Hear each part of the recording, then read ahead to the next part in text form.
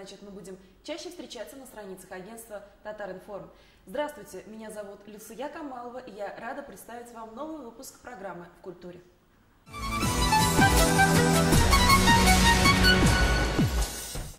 Эпатажная певица и финалистка популярного российского шоу «Голос» Наргиз Закирова впервые выступила в Казани.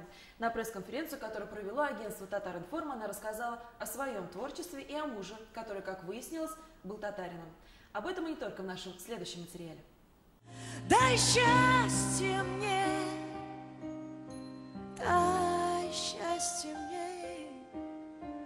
той женщине, которая поет.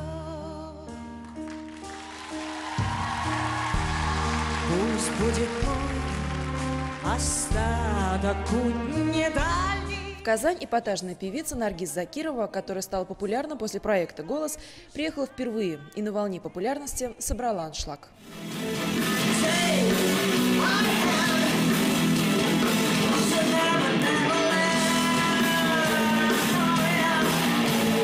В Казани Наргиз исполнила кавер-версии песен таких легендарных исполнителей, как Металлика, Скорпионс, Нирвана и не только. Рок-хиты сменялись балладами о любви. Не обошлось и без шлягеров российской королевы эстрады Аллы Пугачевой. Вздохнет кто-то очень легко,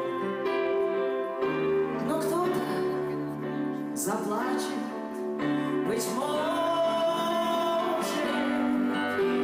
мчится мой поезд. Для меня, конечно, это была мечта моего детства — встретиться с этой женщиной, потому что она для меня всегда была легендой. И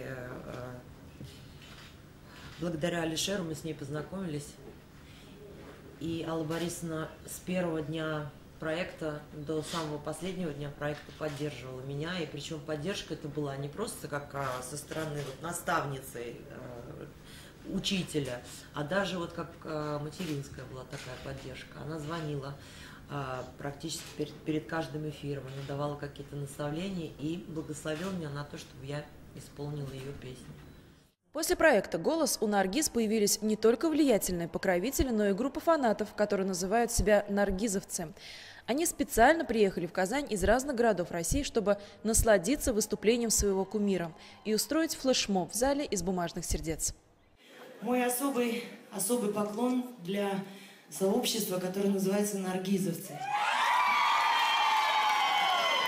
Спасибо вам, девочки, мальчики, за то, что вы есть, потому что без вас, наверное, а точно ничего бы не происходило вот такого замечательного в моей жизни. И, конечно, мой низкий поклон, Казань, вам.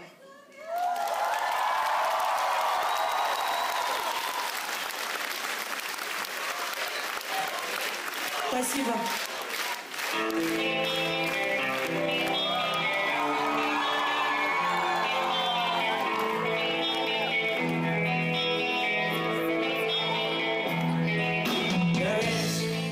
Певица активно общалась с публикой во время концерта, много говорила о любви. Она признала, что у нее есть два любимых праздника – Хэллоуин, когда она может быть сама собой, и День Святого Валентина. Самое лучшее же средство от любви, по мнению Наргиз, любить еще больше. Всем влюбленным она посвятила песню Брайана Адамса.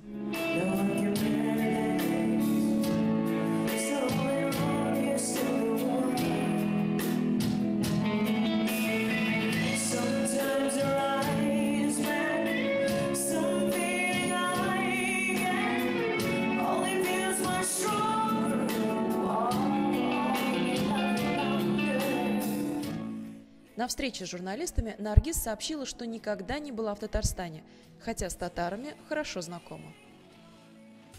У меня первый муж татарин был. Хорошая нация. Свекровь, правда, такая не очень была приятная женщина. Да, но татаров...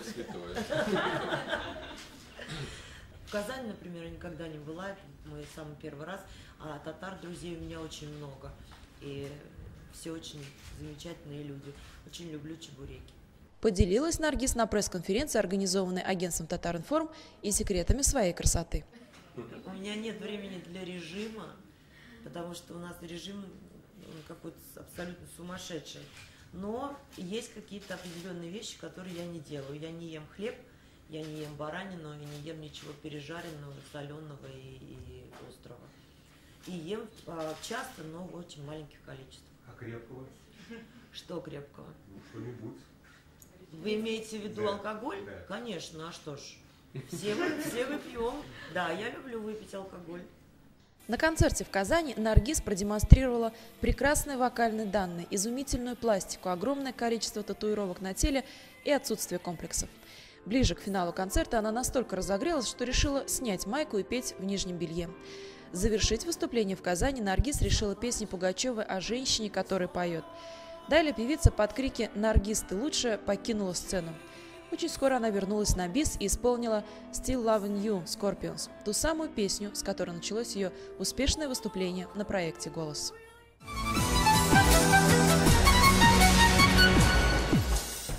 Казань стала первым городом в России, где выступила известная пианистка из Японии Аки Такахаши. На сцене Большого концертного зала имени Салиха Сайдашева она представила программу из аранжировок популярных песен легендарной группы «Битлз», сделанных в том числе и композиторами Татарстана. Michelle, my belle, these are words that go together well, my Michelle.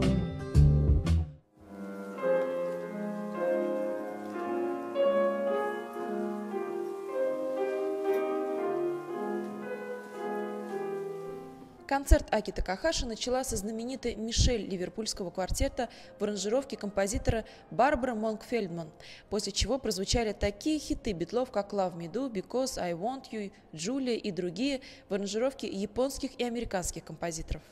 Настоящим подарком для казанской публики стало исполнение Аки Такахаши аранжировок песен группы, сделанных современными татарстанскими композиторами Рашидом Калимуллиным, Юлией Бек и Эльмирой Низамовой.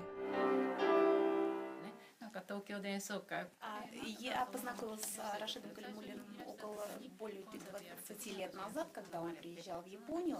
Тогда как раз Рашид Калимуллин попросил, что, может быть, когда-нибудь приедете в Татарстан и с каким-нибудь концертом. И мы как раз обговаривали, что это, возможно, будет Битлз. И в программу сегодняшнюю мы все-таки решили, помимо Битлз, в общем, включить и композицию Рашида Калимуллина.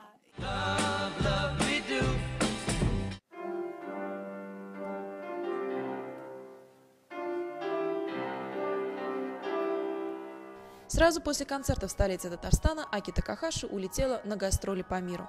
Возможно, потом, вспоминая Россию, пианистка в первую очередь подумает о Казани, которую она в интервью агентству назвала городом культуры.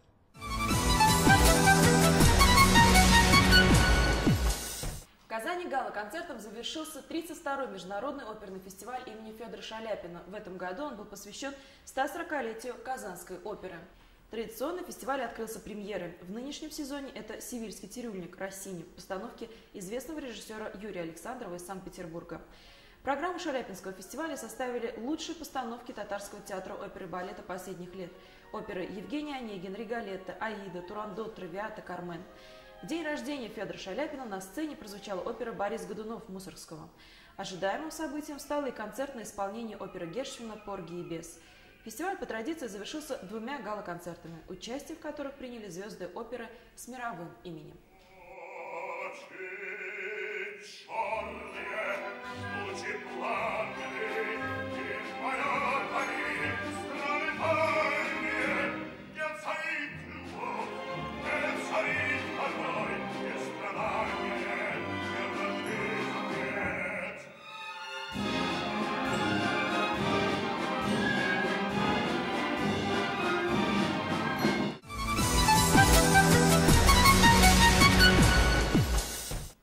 На этом у меня все. Спасибо, что были с нами. До скорых встреч на сайте агентства Татаринформ. До свидания.